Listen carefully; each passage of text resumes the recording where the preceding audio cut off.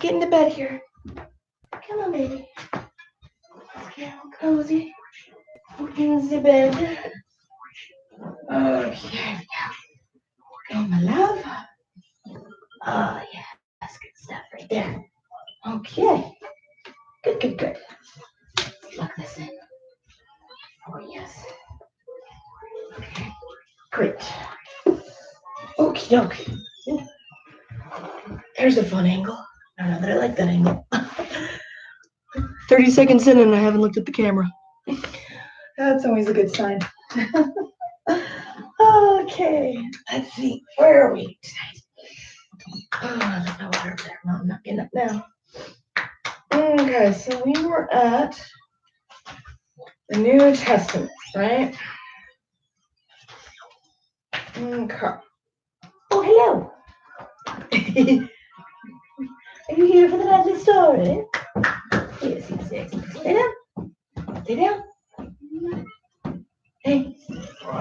Lay down. Lay down. Good girl. She's a good girl. She's a good girl. All right. Where are we here? Okay. Find the story, Denise. Say, Mommy, find the story. Golly, Miss Mom. Okay. Here we go. You ready? Are you ready? Yeah? Are you ready? All right. The New Testament. The birth of Jesus. Luke 1. A young woman named Mary lived in the city of Nazareth. An angel came from God to give Mary wonderful news. The angel greeted her and said, "You are blessed by the Lord." What is in your fur? Mary was afraid, but the angel comforted her, saying, "Fear not, for you are special to God. You will have a baby boy, who you will name Jesus. He will be called the Son of the Highest." Mary said, "How can that be, since I am not yet married?" "With God nothing is impossible," the angel told her. And Mary said, "I am the servant of the Lord." At that time, everyone in the Holy Land had to be counted and put on a list. Mary was going to marry Joseph, whose family came from Bethlehem. So they had to travel to Bethlehem to be counted, even though Mary was close to having her baby. When Mary and Joseph got to Bethlehem, it was very crowded. The only place they could find to stay was the stable at the inn. It was warm and dry, and that is where Mary had her baby. She wrapped him in cloths and laid him in the manger where the angels ate. Where the animals ate, not the angels. Where the animals ate. Mommy, say the right word. Nearby, shepherds were watching over their flocks.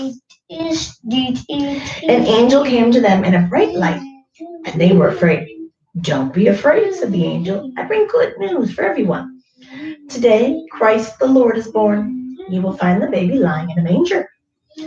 Suddenly, other angels joined him, saying, "Glory to God, peace on earth." The shepherds hurried to Bethlehem and saw Mary, Joseph, with the baby Jesus lying in a manger. Then they told everyone they met what they had seen. The three wise men. Matthew chapter 2. After Jesus was born, 3 wise men came from the east to the holy city of Jerusalem. They asked, "Where is the child who was born a king? We have seen his star and followed it here to worship him." King Herod, who ruled the land, heard about this. He was worried. Who was this child who people called a king? He told the wise men to find the child and tell him where he was. The wise men followed the star that went before them. It led them to the house where Mary, Joseph, and Jesus were staying. The wise men bowed down and worshipped Jesus. They gave him gold and other precious gifts. God told them in a dream not to go back to King Herod, so they left and traveled back home another way. Who has favor? An angel came to Joseph in a dream and told him King Herod was angry with them. He was to take Mary and Jesus to safety in Egypt. So Joseph, Mary, and Jesus traveled to Egypt and lived there until Herod was dead. Then they went back to the town of Nazareth in the Holy Land.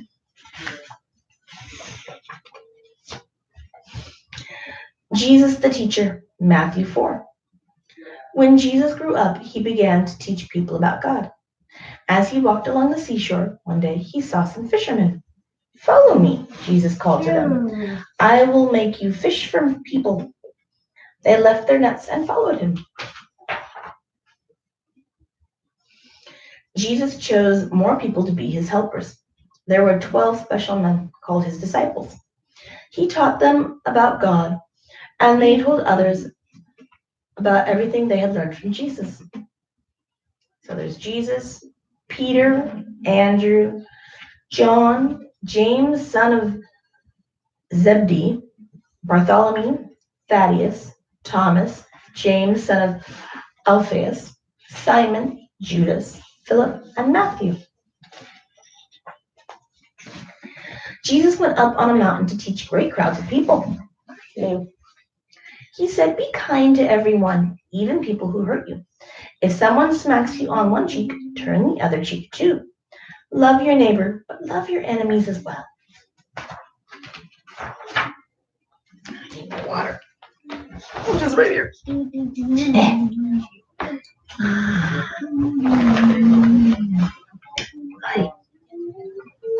It's super dry.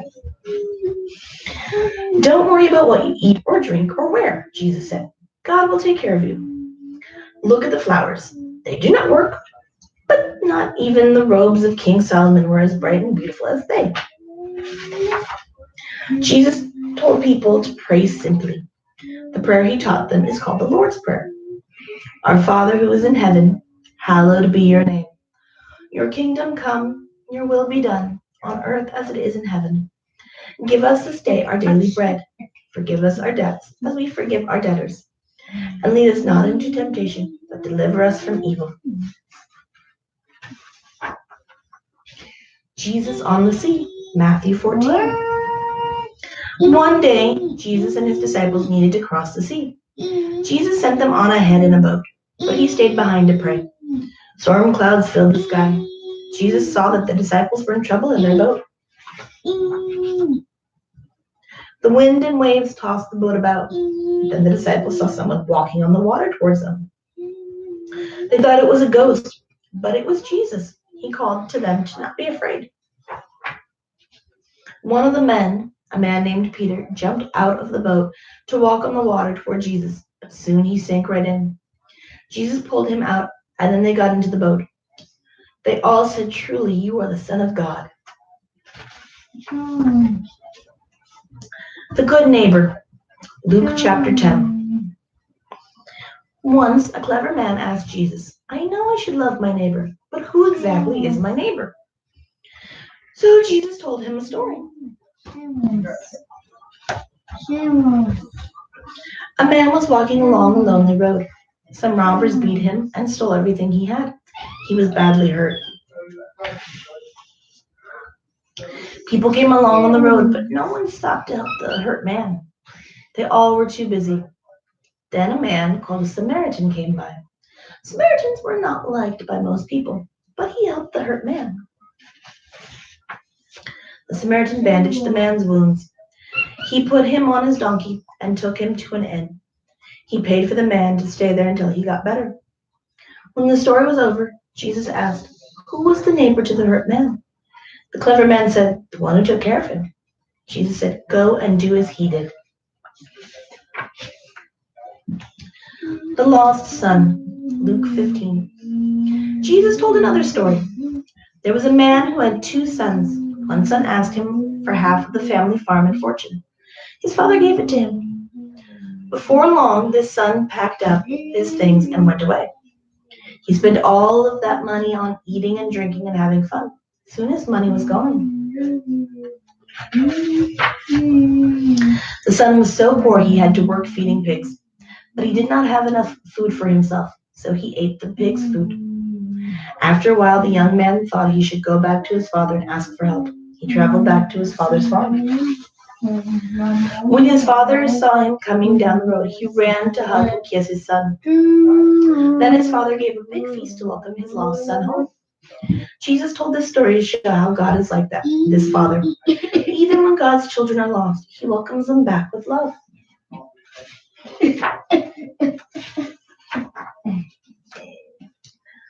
Jesus in the Holy City, Matthew 20. One day, Jesus and his disciples traveled all the way to the holy city of Jerusalem. Jesus rode into the big city on a donkey. The people of Jerusalem greeted him with joy. They laid palm branches on the road before him and welcomed. They shouted, "Hosanna," which means "save us." The people called him the Son of David. That meant they believed he was the new king of Israel. The leaders of the city grew worried. They did not like it when the people called Jesus a king. There already was a ruler of the land. They thought Jesus was causing a lot of trouble. That made them angry. These leaders did not understand that the kingdom of Jesus was really the kingdom of heaven. It was the feast of Passover while Jesus was in Jerusalem. That is the holiday where Jewish people remember when Moses led God's people out of Egypt. Jesus and his followers had a Passover supper in Jerusalem, like everyone else. During the supper, Jesus broke a loaf of bread in two. He poured out wine. "This bread and wine is like my body and my blood," he said. "Eating and drinking these things will remind you of me." Jesus told them that he would soon be leaving them. The last days of Jesus, Mark 14. Judas was one of Jesus' disciples, but he was angry with Jesus. He decided to tell the leaders of the city about Jesus. Judas wanted them to put Jesus in prison. One night, Jesus went to a garden to pray. His disciples were with him, but they fell asleep. Judas knew Jesus was there too. He led soldiers to the garden to take Jesus prisoner. The disciples were all afraid and ran away. The leaders of Jerusalem decided to hand Jesus over to their ruler. He was a Roman named Pilate. Pilate did not like being bothered about Jesus. He decided to show everyone that Jesus was not a king. After asking Jesus many questions, Pilate ordered Jesus to be put to death by hanging on a wooden cross.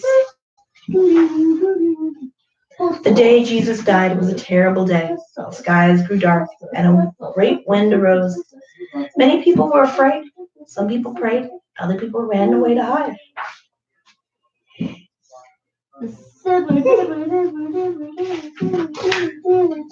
He is risen. Matthew 28.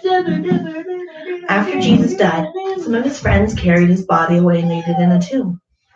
The tomb was closed with a great stone. Roman soldiers guarded the tomb. 3 days after Jesus died, the earth shook. An angel came and rolled the stone away from the entrance, then sat on the stone. When the soldiers saw the angel, they fell down in fear and ran. Some of the women who followed Jesus came weeping to the tomb. They saw that the stone was rolled away and that Jesus was gone. "Do not be afraid," the angel told the women. "Jesus is not here. He is risen. He is alive again." Jesus' friends locked themselves in a room after Jesus died. They were afraid they would be taken prisoner by the Romans too. But then Jesus came to them. The disciples were amazed Jesus was alive and fell down and worshipped him. "Peace be with you," Jesus said. Jesus then told them to go and spread the good news about what had happened. Finally, 40 days later, Jesus rose up to heaven to be with God his Father. The followers of Jesus went out into the world and told everyone about Jesus and his wonderful story. Saul becomes Paul, Acts 9. There was a man named Saul who was very angry with the followers of Jesus. He wanted to put them all in prison. Saul, hello. Yes. What's up?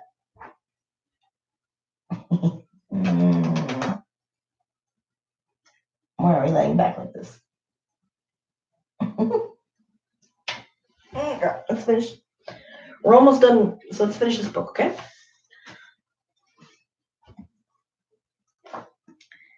He wanted to put them in prison. Saul found out where some of Jesus' followers were meeting, so he set out to take them prisoner. But as Saul traveled, a light from heaven flashed around him. He fell to the ground. He heard a voice that said, "Saul, Saul, why are you hurting me?" "Who are you, Lord?" asked Saul. "I am Jesus, and you are hurting me," said the voice. Then Saul got up. He could not see. He was taken to a follower of Jesus who took care of him. After a time, Saul's sight came back. By then, he had learned a lot about Jesus and believed in Jesus. He changed his name to Paul to show how much he had changed. Paul began to travel around the world preaching about Jesus. He started many churches where more and more people began to learn about Jesus and his Father's love. Papa shut the Bible. Honey was fast asleep, and brothers and sisters' eyes were closing. "Good night," said Papa, tucking brother and sister in. "God bless you." "Night, Papa," murmured brother and sister sleepily. "Bless you." Papa picked up Honey to carry her to bed. Bible stories were a good choice, he said to himself, and he tiptoed softly out of the room. The end. It's interesting. This one doesn't mention Revelations. That's okay, though. All right. And we're done with the Berenstain Bears Storybook Bible. Okay. Slip up. I've got Alistair sitting right below the camera here. And I don't know what's going on behind me. All right. So, I think that's it for tonight, right? Okay. Oh, I'm sorry. Am I in your way? Okay, let me get up. You keep pushing me off the bed here. Okay. All right. So we read through that. We'll have to figure out what we're gonna read tomorrow night. Yeah. So I gotta search on Amazon and find some good books. Although, you know, Miss Frank gave you another book today because you were good or something. I don't know. I don't know why you get the books. Sometimes she just sends books home. She's a good teacher. All right. Well, hey, where are you going? It's bedtime. Oh. Can I get a high five? Yeah. All right, everyone. Well, I'm going to put this little guy to bed. All right, we will see you tomorrow. Bye.